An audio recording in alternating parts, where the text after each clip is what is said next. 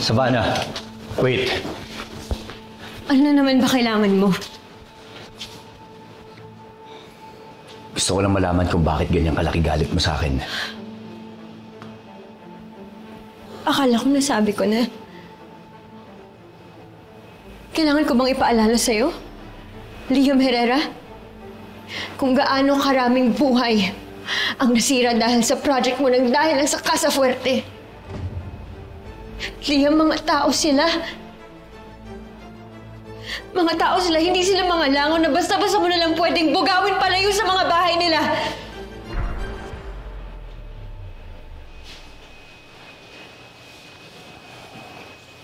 Look, kung ano man nagawa ko, I'm owning my mistakes. No, Liam. What is an apology without accountability? Paano mo masasabi na inaako mo lahat ng mga kasalanan mo kung ibang tao ang nagdurusa para sa'yo?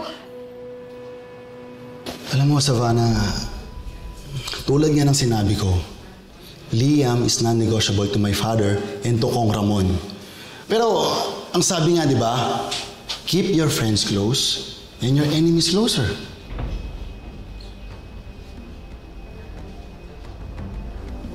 Ano ibig mo sabihin? Well, napapaisip ako na mas maiging nandito na si Liam.